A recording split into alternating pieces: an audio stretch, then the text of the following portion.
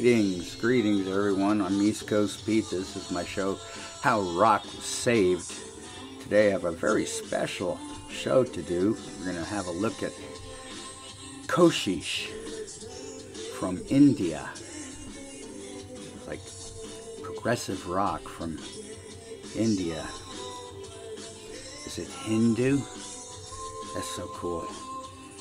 There is such a thing as Universal Music India, where unsigned talent can be heard. In COSHISH's case, they wanted to display the complexity of their music in the simplest possible way, creating mass appeal. Their songs carry powerful social messages, all in Hindi.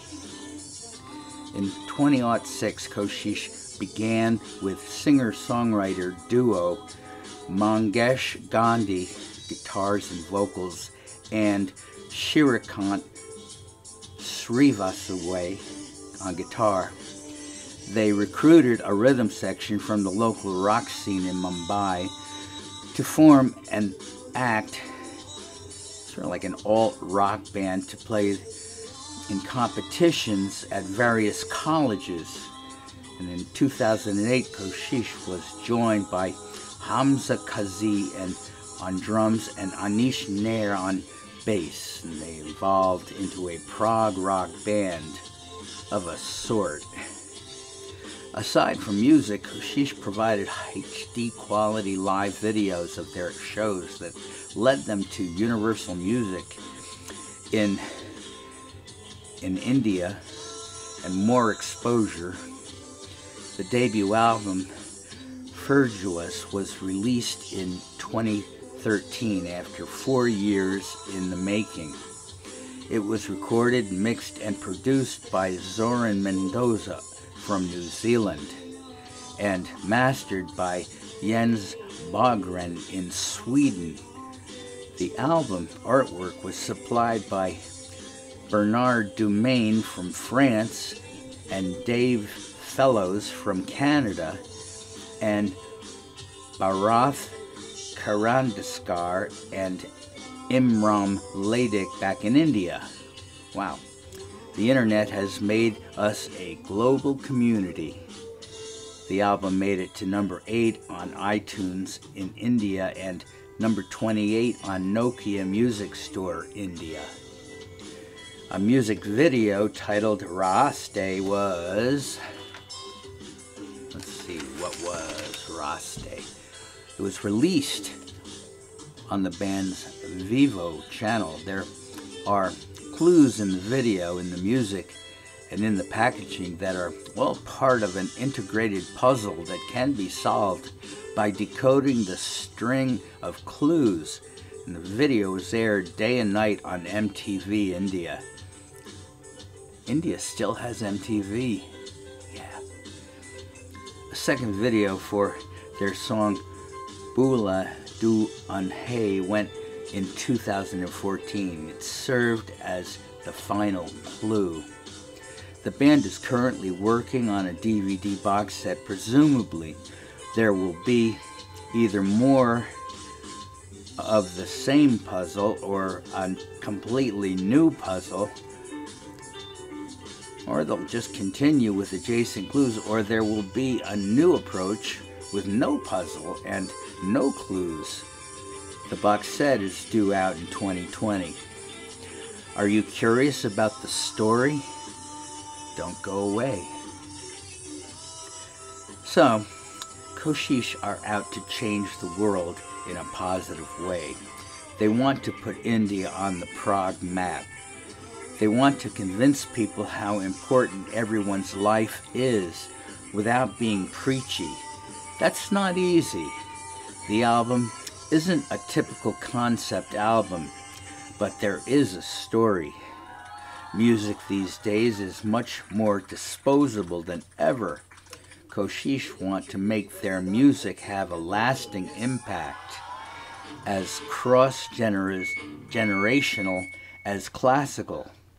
Music, the story, may be concurrent with the present time, but the message is intended as timeless. and only time will tell.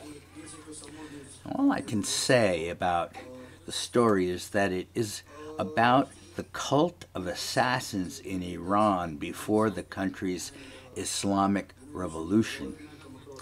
A garden owned by a lord named Hassan I Sabah was made very beautiful and otherworldly. With powerful hallucinogens, he would kidnap prospects, drug them to the point of death, and resurrect them inside the confines of his garden, where rivers flowed with wine and virgins would attend the candidates, convincing him that he died and was in heaven. Then he is submitted to training as an assassin to do the bidding of Hassan, who was a powerful business mogul. The trained assassins would do anything he asked, since he would provide the garden as a reward. The story is allegorical of how behavior can be manipulated by careful psychological conditioning, and it shows how the promise of the afterlife has particular effect on events in this life.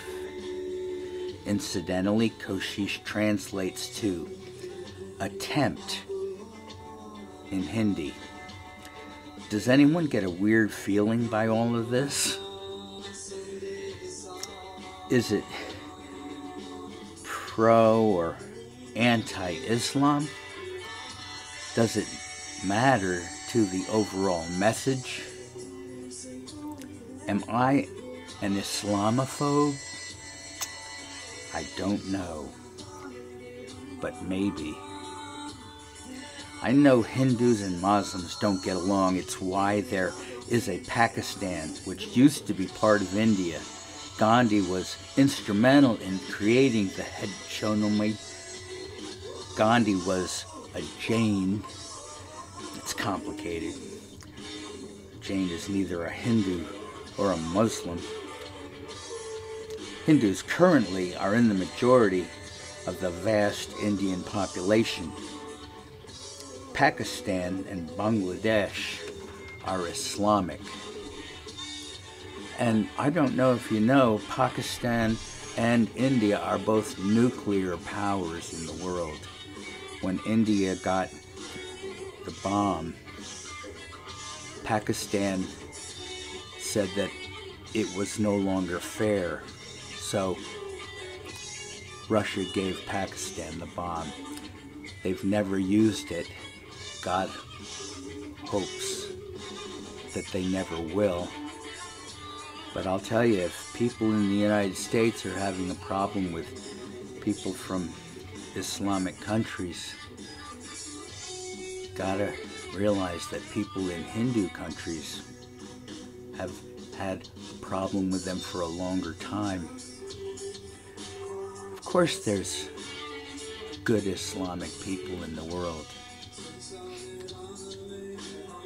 And there's very bad people of other types of religions in the world as well.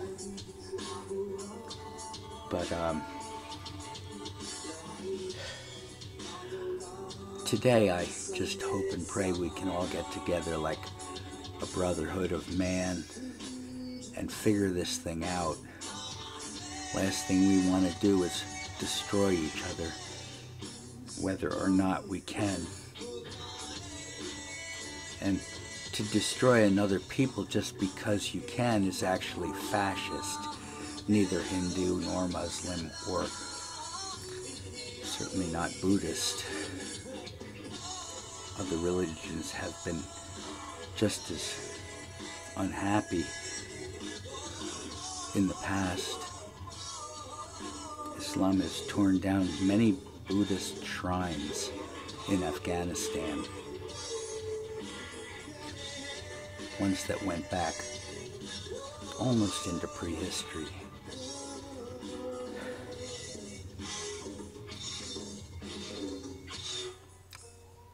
There's got to be a better way.